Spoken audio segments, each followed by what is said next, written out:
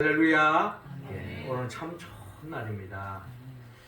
하나님께서 오늘도 우리를 주의 전으로 불러주시고 우리를 통해서 영광 받기를 기뻐하실 것을 생각할 때에 더없이 감사하지 않을 수 없습니다. 이 시간 하나님께는 영광이요 우리 모두에게는 하나님의 은혜와 은총이 충만히 뒤따라서 올 한 해도 하나님이 인도하신 것처럼 그 은혜에 감사하며 또 맞이하는 새해에도 더 큰 하나님의 은혜가 임할 줄로 믿고 믿음의 길을 담대히 나아가는 우리 모두가 되기를 주의 이름으로 축원합니다. 2025년이 시작된 지가 엊그저께 같은데 벌써 한 해가 지나갔습니다. 이제 마지막 주일을 우리가 송구 예배로 드리고 있는데 어떻게 본다면 한 해를 돌이켜 볼 때에 참 하나님의 은혜와 또 은총과 도우심이 있었기 때문에 오늘의 이 자리에 우리가 이런 줄로 믿습니다. 하나님의 그 은혜가 올해만 머무는 것이 아니라 앞으로도 우리 사명이 닿는 그날까지 더 크신 은혜와 은총으로 우리를 이끌어 주시고 도와 주실 줄로 믿습니다.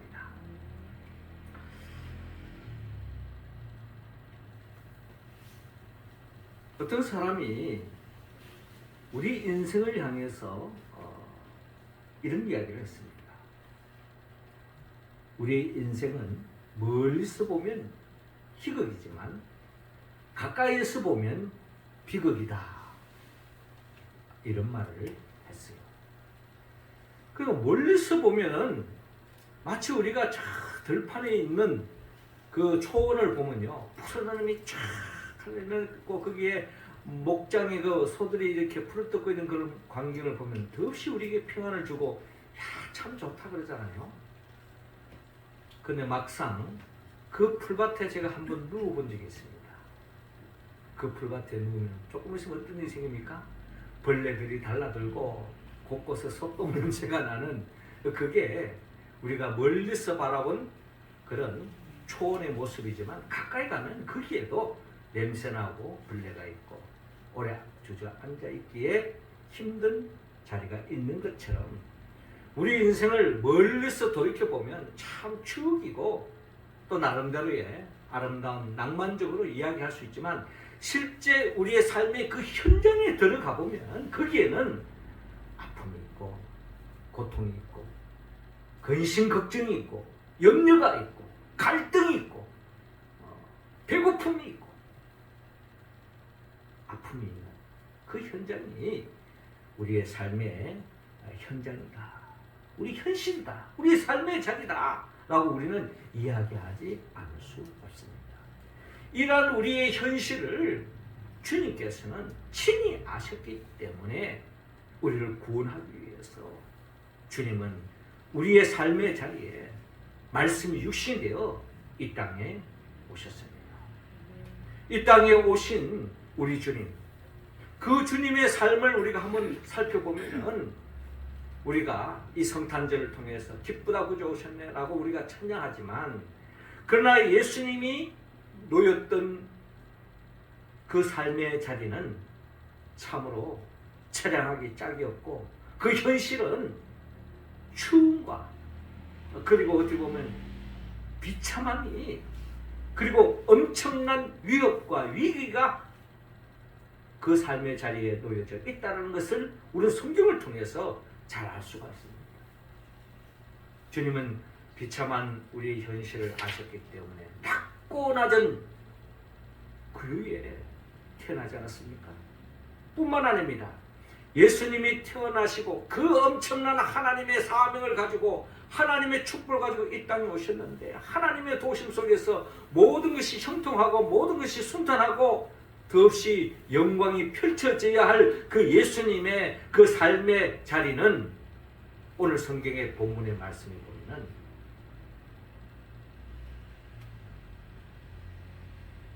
피신하지 않으면 존재할 수 없는 그런 삶의 위기에 놓이는 것을 볼 수가 있습니다. 하나님께서 꿈을 통하여 사자를 통하여 결국 빨리 이스라엘을 떠나 애굽으로 가라 하는 말씀. 그리고 더 이어서 애굽에서의 타향살이가 지난 후에 또 다시 이스라엘로 올라가라. 또 이스라엘 예루살렘을 향해서 올라왔지만 결국 또한 갈릴리로 갈 수밖에 없는 그런 현실을 들여다볼 때에 결국 예수님의 삶 또한 그 현실은 녹록하지 않았다는 것을 우리는 성경을 통해서 잘 알 수가 있습니다. 자, 이처럼 우리의 현실은 녹록하지 않습니다. 마치 풍전등화와 같이, 풍랑 위에 있는 돛담배와 같이 언제 어느 순간에 어떤 일이 일어날 줄 모르는 하루하루를 우리는 보내고 있다. 그런 삶의 현장에 있던 예수님과 함께하는 요셉과 마리아 이 가정에 이런 풍랑이 엄습해오는 그 현장 속에 어떻게 그때그때마다 위기에 벗어나고 하나님의 도움을 입었느냐. 한마디로 말해서 하나님의 말씀에 이끌림을 받았다. 이것이 오늘 성경 본문을 통하여 우리에게 들려주는 결론적인 말씀입니다.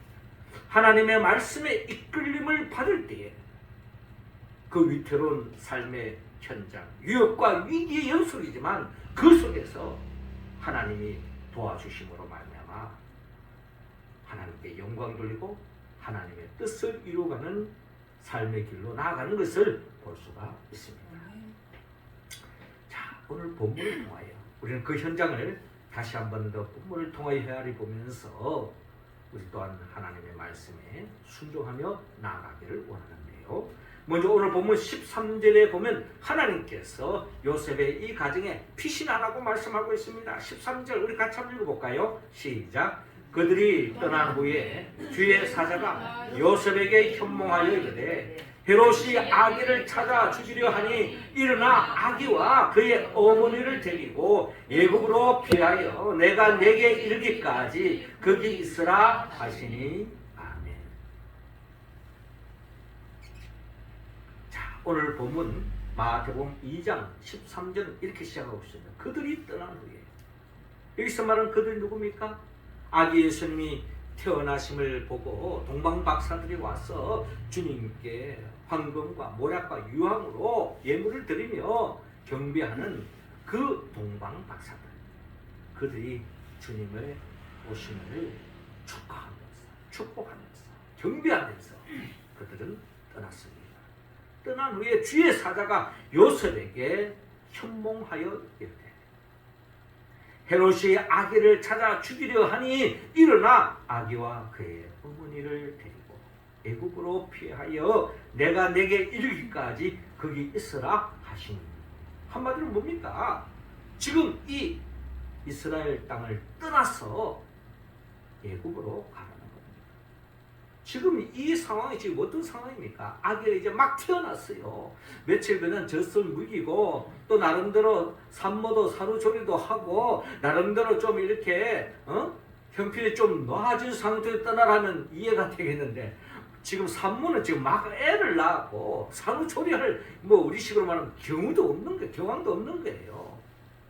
그리고 지금 여기서 떠나서 타향살이 하라고 하는 이 하나님의 말씀을 들었을 때 참으로 황당하기 짝이 없습니다. 그러나 그것이 예수님의 삶의 자리였고 이 가정의 이차한 상황이었다는 거예요.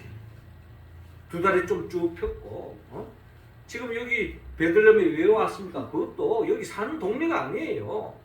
고정하기 위해서 먼 길로 와서 여기 어쩔 수 없이 애를 놓은 상황에서 좀 뭔가 쉬어야 되고 좀 한숨 돌려야 될 상황인데 지금 빨리 곧장 애굽으로 피신해라 하는 것이 주의 사자를 통하여 하나님께서 말씀하고 있는 것입니다. 자, 이 말씀에 나름대로 요셉은 가장으로서의 나름대로의 할 이야기가 많겠죠. 지금 이런 상황이 아닙니다. 좀 며칠 쉬어야 되겠어요. 뭐 이렇게 하지만 지금 상황이 지금 보통 상황이 아니에요. 칼이 왔다 갔다 하는 상황이니 지금 여기서 그대로 순종을 하고 따르지 않으면은 엄청난 더 큰 위협을 처할 수 있기 때문에 14절에 요셉이 일어나서 밤에 아기와 그의 어머니를 데리고 애굽으로 떠나가라고 말씀하고 있습니다. 정든 땅에서 자기의 모국을 떠나 어디 옆 동네 가는 것도 아니고 이국만리 친인척이 있는 것도 아니고 애굽을 향해서 그들이 떠나가는 모습을 우리는 볼 수가 있는 것입니다. 마태복음 2장 15절을 보면 헤롯이 죽기까지 거기 있었으니 이는 주께서 선지자를 통하여 말씀하신 바 애국으로부터 내 아들을 불렀다 함을 이루려 하심이라. 오래전 선지자들이 했던 그런 말씀들이 하나도 땅에 떨어지지 않고 그대로 역사 속에서 실현되어지는 것. 하나님의 말씀은 그렇습니다. 선지자를 통하여 하나님이 말씀하신 바들은 분명히 역사 속에서 반드시 실현되어질 줄로 믿습니다. 그 말씀이 실현되어지는 거예요. 애굽으로부터 내 아들을 불렀다. 이 말씀을 이루어지는 과정을, 역사적인 상황을 오늘 우리 본문을 통하여 헤아려 볼 수가 있습니다. 그리고 16절에 이에 헤롯이 박사들에게 속은 줄 알고 심히 노하여 사람을 보내어 베들레헴과 그 모든 지경 안에 있는 산의 아이를 박사들에게 자세히 알아본 그때를 기준하여 2살부터 그 아래로 다 죽이니 라고 말씀하셨습니다. 2살부터 그 아래로 다 죽이라는 거예요. 2살부터 그 아래로 다 죽이라. 이게 바로 역사 속에서 일어났던 현장입니다. 대학살이 벌어지는 거죠. 왜 헤롯이 죽이라고 합니까? 내가 이 유대 땅의 왕인데 나 말고 왕이 태어나? 나의 권력을 누가 나를 찬탈하려고 그래? 뭐 이러면서 결국에는 어린 아이들을 2살 아래에 있는 모든 어린아이들을 다 학살하는 그런 만행을 저질렀던 것입니다. 권력에 미친 사람들이 나타난 현상. 내 권력의 야욕에 빠져가지고 내 야망을 이루기 위해서 수단과 방법을 가리지 않는 역사적인 이 사실이 그때만 있는 것이 아니고 오늘날 이 시대 속에서도 일어나고 있는 것이 우리의 삶의 현장이라는 것입니다. 마태복음 2장 17절에 이에 선지자 예레미야를 통하여 말씀하신 바 라마에서 슬퍼하며 크게 통곡하는 소리가 들리니 라헬이 그 자식을 위하여 애곡하는 것이라. 그가 자식이 없으므로 위로받기를 거절하였도다 함이 이루어졌느니라. 예레미야 선지자가 예언했던 이 비극의 역사가 결국 예수님 그 당시에 일어났다. 이러한 삶의 현장이 예수님의 삶의 현장이 아니라 우리의 삶의 현장에도 동일하게 일어나고 있다. 이 땅을 살아가는 동안에는 이 위협으로부터 자유로울 수 있는 사람은 아무도 없습니다. 시대가 바뀌면 더 좋아질 것이다 라고 하는 우리 나름대로의 희망은 걸고 있지만 끊임없이 역사는 반복되어진다. 예전에 경험하지 못했던 또 다른 형태로 오래전에 조지 오웰은 빅브라더를 통해서 결국에는 인간이 지배를 받을 것이다. AI 시대가 돌아들면 모든 것이 통제될 것이다.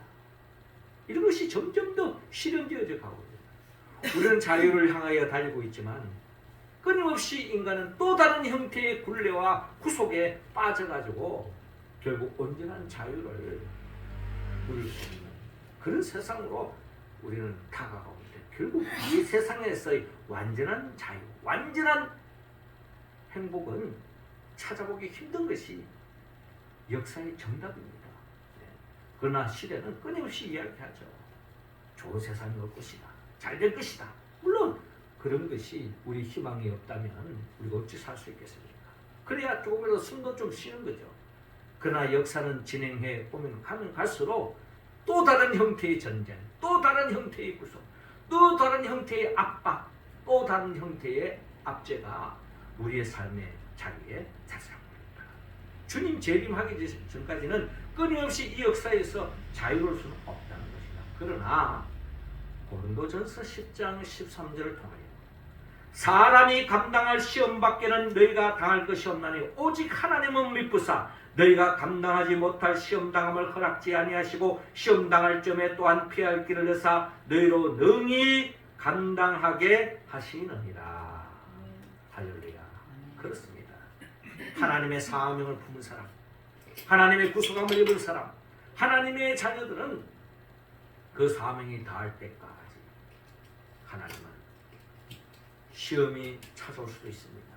위기와 위협이 찾아올 수도 있습니다. 그러나 하나님께서는 그 사명이 다하는 그날까지는 하나님께서는 피할 길을 열어주시고 또 감당치 못할 시험은 허락하지 않는다.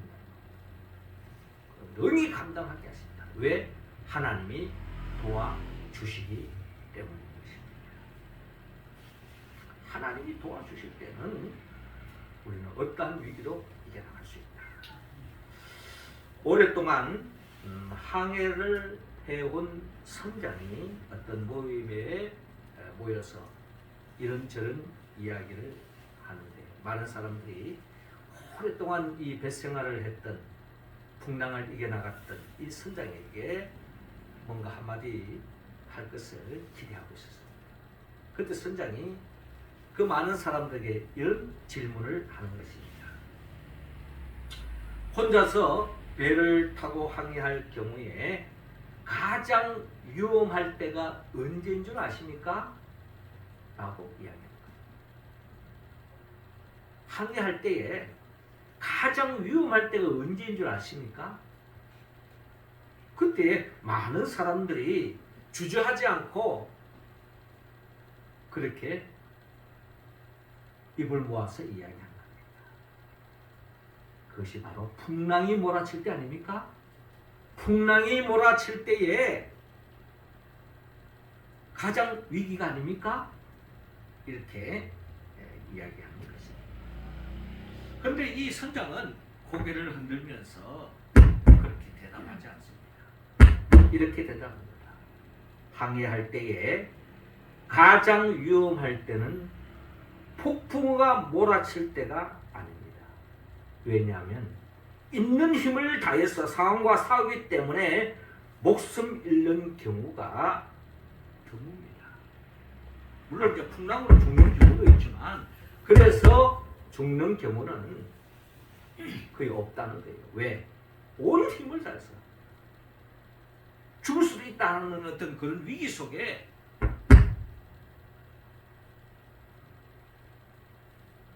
자기 모든 전심을 다해서 사력을 다해서 극복하기 때문에 이겨나갈 수 있다는 거예요. 그런데 제일 위험할 때는 바람도 잔잔하고 날씨도 쾌청할 때입니다. 참 의아스럽죠? 예, 바람도 잔잔하고 날씨도 쾌청하면 제일 안전할 것 같은데 그런데 마음에 아무런 긴장이나 조심이 없이 갑판을 걷다가 떨어져 바다에 빠져 죽는 일이 벌어지기 때문입니다. 라고 이야기합니다. 이 선장이 많은 선원들을 데리고 다녀봤는데 풍랑으로 인해서 폭풍으로 해서 죽는 경우는 거의 없더라는 거예요. 거의 다가 의외로 바람이 불지 않고 잔잔하게 하는 가운데서 사람들이 나른해지면서 나태해지면서 부주의하면서 거기에서 결국 실수로 갑판을 걷다가 바다에 빠져 죽는 경우가 많다라고 의외의 이야기를 하는 것을 볼 수가 있습니다. 우리의 삶의 현장은 바로 이런 겁니다. 우리 주위에도 그런 경우 많죠. 자식들 미리 살리려고 또 가정을 지키기 위해서 땀 흘리고 열심히 일하고 이럴 때는 뭐 아픈 줄도 몰라요. 그런데 이제 형편이 좋아지고 이제 살만하고 이제 좀 누릴 때가 되어지면 모든 것이 이제 뭐 그냥 누리기만 하면 되는 그런 상황에 빠지면 의외로 원치 않는 일이 생기고 병이 생기고 결국 생을 마감하는 경우를 저는 많이 봤습니다. 성도들 중에. 자, 그렇게 본다면 우리의 삶의 현장은 끊임없이 이런 문제와 위기와 위협이 우리의 삶을 엄습해 오지만 그 속에서 두려워하고 염려하고 걱정하면 결국 풍랑에 빠지는 죽는 사람과 다름이 없겠지만 우리는 하나님을 믿기 때문에 하나님께서 어떠한 시험을 우리에게 던져준다 할지라도 감당치 못할 시험을 주지 않는다는 그 믿음, 확신, 그리고 더 나아가 피할 길을 하나님이 열어주시고 능히 감당케 하신다는 그 믿음을 가졌을 때는 우리는 승리할 수 있는 겁니다. 아멘. 앞으로 2026년 앞으로 우리 삶도 어떻게 전개될지 몰라요. 우리 교회가 어떻게 전개될지, 우리 가정이 어떻게 될지, 내 인생이 어떻게 전개되어질지 사실 오늘 우리 사회를 보십시오. 어떻게 전개될지 아무도 모르는 거예요. 언제 어느 순간에 IMF가 또 터진다 하더라도 거기에 의아한 사람이 없어요. 지금 경제 지표를 보면 다 위기에 처해 있다고 이야기하고 있는 겁니다. 눈 가리고 지금 아웅하고 있는 거지. 지금 우리 사회를 보면은 그런 겁니다. 또 우리 사회 그렇잖아요. 우리 한국이라는 게 무슨 지하자원이 많은 것도 아니고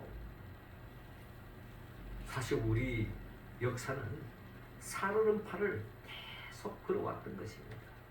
석유 한 방울 안 넣는 나라가 어떻게 세계 10대 강국 안에 들어갈 수 있는 이런 자리에 이른 것은 하나님의 전적인 은혜와 은총 속에 하지 않았다면 이런 결과를 어떻게 냈습니까? 그리고 그렇게 되었지만 이것이 10년, 100년을 좌우하고 보장해 주는 게 아닙니다. 언제 어느 순간에 우리 또 한순간에 푹상 망할지 모르는 그런 현실에 놓여져 있다는 겁니다. 그러나 더 중요한 것은 하나님의 백성은 감당치 못할 시험을 주지 않는다. 반드시 감당케 할 것이다. 이 말씀을 붙잡고 나아가는 인생은 결국 하나님의 도우심 속에 승리의 길로 나아갈 줄로 믿습니다. 헤롯이 아기를 찾아 주기로 하니 일어나 아기와 그의 어머니를 데리고 애굽을 피하여 내가 내게 이르기까지 거기 있으라. 그 말씀에 순종하여서 애굽 땅에 가는 겁니다. 애굽 땅에 이국 말리에 가서 친인척도 없고 아는 사람도 없고 거기에 사는 게 넉넉하지 않겠죠? 일자리도 그렇게 누가 이국 땅에 온 사람을 갖다가 그냥 일자리를 제공해주고 묵고 사는 제형도 그렇게 하겠습니까? 어렵습니다. 힘듭니다. 그러나 하나님의 말씀에 이끌림 받는 그 삶은 한 치 앞을 내다볼 수 없어도 하나님이 지켜주시는 겁니다. 저도 결혼해가지고 애를 셋을 탐났어요.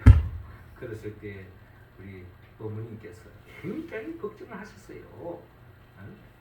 애를 셋을 낳아서 어떻게 애를 교육을 시키고 어떻게 키우고 또 교회도 애가 셋 있으면 교회 부담이 되고 교회에서 청빙도 하지 않을 거다 이런 나름대로의 인간적인 이야기라는 충분히 할 수 있는 이야기죠.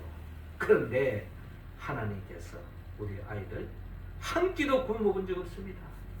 자기들 나름대로 하고 싶은 거 다 했어요. 다 대학 공부 다 했습니다.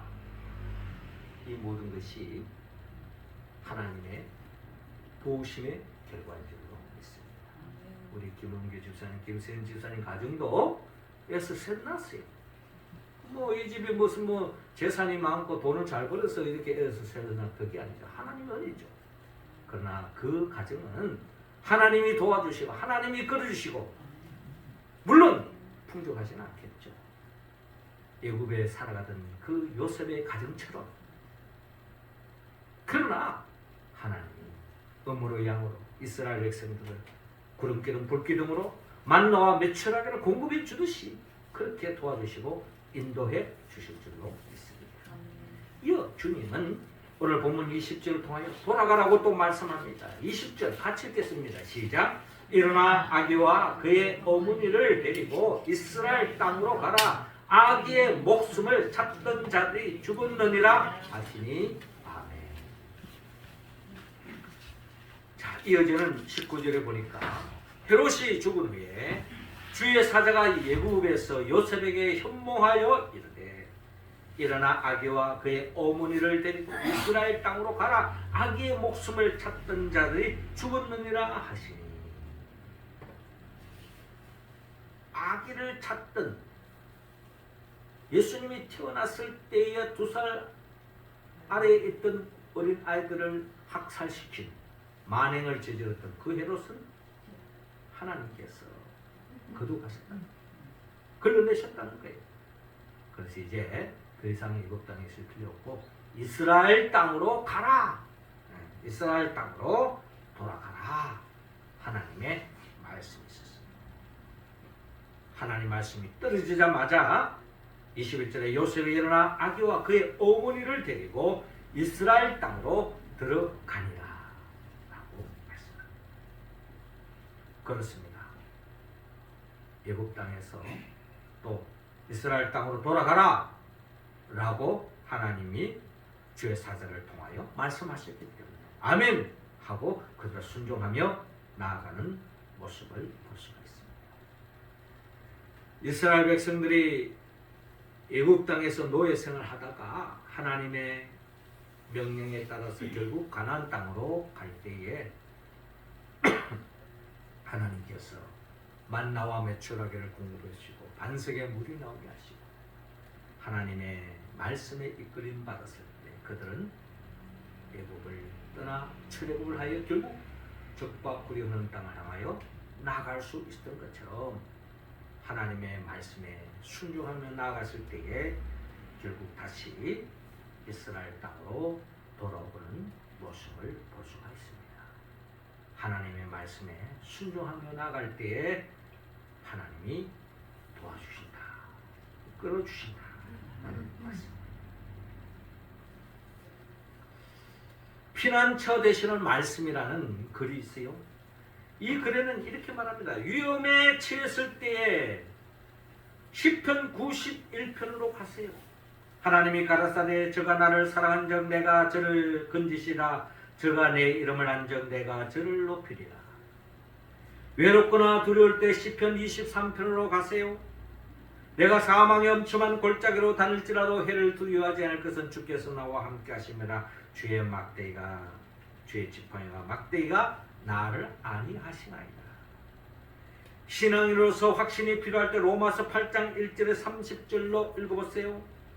그러므로 이제 그리스도 예수 안에 있는 자에는 결코 정죄함이 없나니 이는 그리스도 예수 안에 있는 생명의 성령의 법이 죄와 사망의 법에서 너를 해방하였습니다.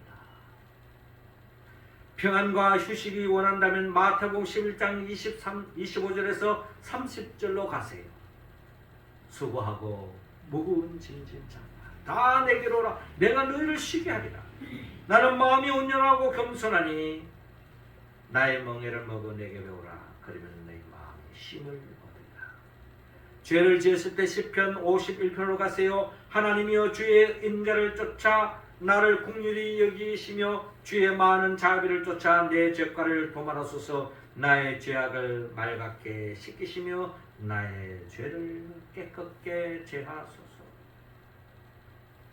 근심이 있을 때 마태복음 6장 19절에서 34절로 가세요. 그러므로 염려하여 이르기를 무엇을 먹을까 무엇을 마실까 무엇을 입을까 하지 말라. 이는 다 이방인들이 구하는 것이라. 너희 천부께서 이 모든 것이 너희에게 있어야 할 줄을 아시나니라. 불이 죽어 있거나 따돌림을 당할 것 같을 때는 로마서 8장 31절에서 37절로 가세요. 누가 우리를 그리스도의 사랑에서 끊으리요? 환난이나 공고나 핍박이나 기근이나 적시나 위험이나 칼이냐? 기록된 바 우리가 종의 주를 위하여 죽임을 당하게 되며 도살을 양같이 여김을 받았나이다 함과 같으니 그러나 이 모든 일에 우리를 사랑하시는 이로 말미암아 우리가 넉넉히 이기나이다. 일이나 여행으로 집을 떠나 있을 때 시편 121편으로 가세요. 여호와는 너를 지키시는 자라. 여호와께서 내 우편에서 내 그늘이 되시나니 낮의 해가 너를 상하지 아니하며 밤의 달도 너를 해치지 아니하리로다. 믿음의 발동이 필요할 때는 히브리서 11장으로 갔어요.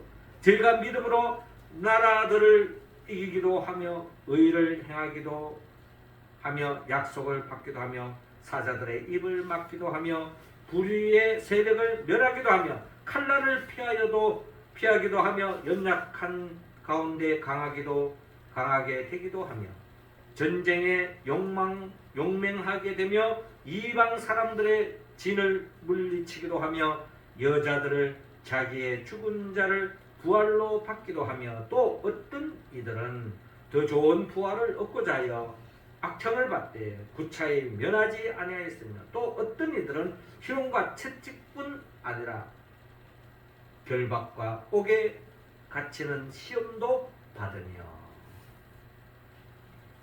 좁고 이기적인 마음으로 기도할 때 시편 67편으로 가세요. 하나님이여 민족들로 주를 찬송케 하시며 모든 민족으로 주를 찬송케 하소서. 슬플 때 요한복음 14장으로 가세요. 평안을 너희에게 끼치노니 곧 나의 평안을 너희에게 주노라. 내가 너희에게 주는 것은 세상이 주는 것 같지 아니하니라. 너는 마음에 근심도 말고 두려워하지도 말라. 열매를 맺고 싶다면 요한복음 15장으로 가세요. 내 안에 가라 나도 너희 안에 가리라. 가지가 포도나무에 붙어 있지 않으면 절로 과실을 맺을 수 없나니 너희도 내 안에 있지 않으면 그러하리라 라고 말씀합니다. 내가 하는 일에 낙심이 될 때 시편 126편으로 가세요. 눈물을 흘리며 씨를 뿌리는 자는 기쁨으로 거두리로다. 울며 씨를 뿌리러 나가는 자는 정령 기쁨으로 그 단을 가지고 돌아오리로다. 그렇습니다. 우리의 삶의 자리가 궁핍의 자리에 놓일 수도 있습니다. 배고픔의 자리에 놓일 수도 있습니다. 중요한 것은 하나님의 말씀에 순종하며 믿음의 길을 걸어갈 때 하나님은 부족함이 없이 채워주실 줄로 믿습니다. 통장에 있는 돈이 우리를 보장해 주지 않습니다. 세상 권력이 우리를 보장해 주지 않습니다. 힘 있는 사람이 우리를 지켜주지 않습니다. 결국 하나님을 바라보고 하나님을 의지하고 하나님의 말씀에 이끌림을 받을 때에 하나님의 보호함을 받을 줄로 믿습니다. 자, 더 나아가 하나님은 오늘 보면 22절 3절을 통하여 가서 살아라고 말합니다. 22절 23절 같이 읽읍시다. 시작. 그러나 아킬라오가 그의 아버지 헤롯을 이어 유대 임금됨을 듣고 거기로 가기를 무소하더니 꿈에 지시하심을 받아 갈릴로 지방으로 가서 나사렛이라는 동네에 가서 사니 이는 선지자로 하신 말씀에 나사렛 사람이라 칭하리라 하심을 이루려 함이라. 아멘.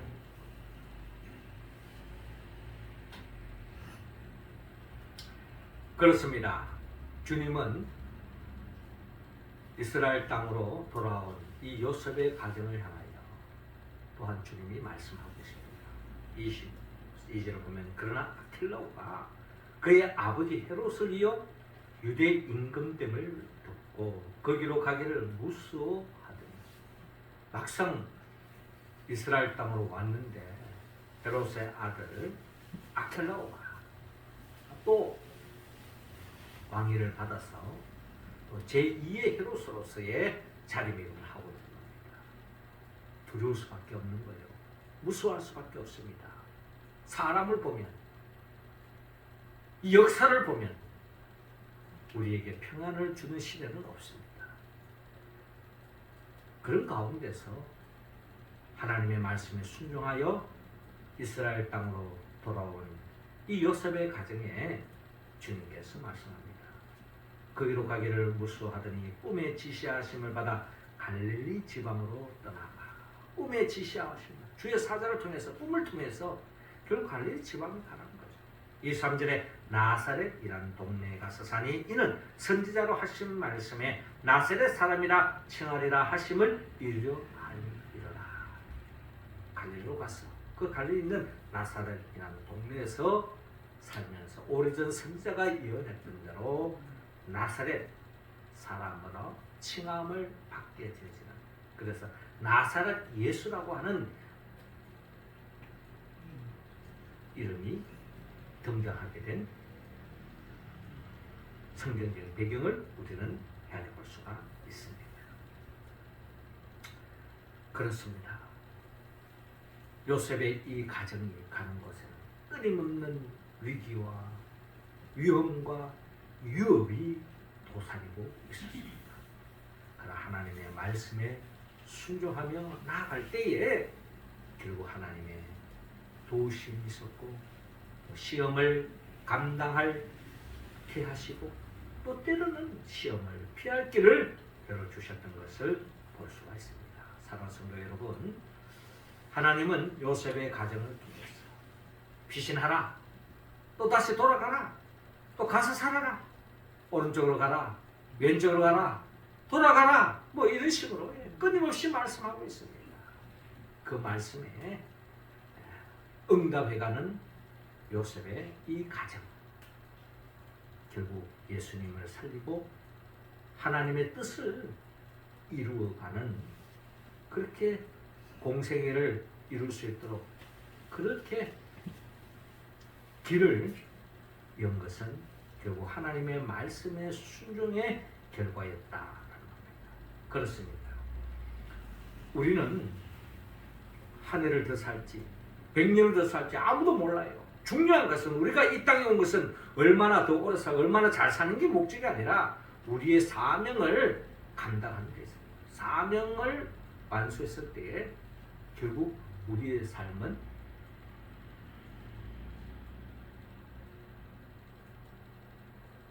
영광스러운 삶이요, 하나님의 영광을 돌리는 삶의 길로 간다는 겁니다. 중요한 것은 하나님의 말씀을 한 걸음 한 걸음 말씀에 이끌림 받는 것입니다. 이 말씀에 이끌림 받는다는 것은 성령님의 도움이 없이는 할 수가 없습니다. 성령은 예수 그리스도의 영입니다. 그래서 우리는 예수님의 그 생애를 쫓아서 올 한 해도 예수님의 그 생애, 성탄절을 통하여, 주연절을 통하여, 또 사순절을 통하여, 부활절을 통하여, 성령 강림주를 통하여, 오순절을 통해서, 주님의 재림을 통해서 그 발자취를 계속 같이 따라가는 이유가 뭡니까? 주님과 동행한다는 것은 하나님의 말씀과 함께 나아가는 인생이라는 겁니다. 그때에 성령이 역사하시고 성령의 이끌림 받고 하나님의 도우심이 있는 거죠. 그렇습니다. 우리는 꿈속에서 주의 사자가 나타나오는 것이 아니라 성령의 이끌림 속에 한 걸음 한 걸음 나아가는 겁니다. 성령은 예수 그리스도의 영입니다. 나를 위하여 천지만물을 창조하시고 인간의 몸으로 오셔서 죄를 짊어지고 십자가에 못 박아 죽으시고 부활하시고 승천하시고 하나님 보좌 우편에서 지금도 우리에게 성령의 기름을 부어주시며 성령의 인도하심 속에 믿음의 길을 한 걸음 나가는 우리들을 하나님의 나라를 맛보게 하시고 또 영원한 천국으로 인도하게 하여 재림하여 오신 예수 그리스도, 그분의 영 보혜사 성령의 도움을 받아서 원래도 그랬던 것처럼 내년에도 성령의 도우심 속에 하나님의 말씀에 응답하니 더없이 하나님께 영광 돌리고 하나님의 국률하심, 하나님의 은혜, 하나님의 은총, 하나님의 보호하심 속에 복된 2026년을 맞이하고 나아가는 우리 모두가 되기를 주님으로 축원합니다. 기도드리겠습니다. 하나님 아버지, 이 시간 우리 한 사람 한 사람에게 성령의 기름을 부어주시고 성령 충만함으로 말미암아 하나님의 말씀에 응답하며 나아갈 수 있도록 인도하여 주옵소서. 그리하여 더없이 하나님의 도우심을 입을 수 있도록 인도하소서. 예수님의 이름으로 기도하옵나이다. 아멘.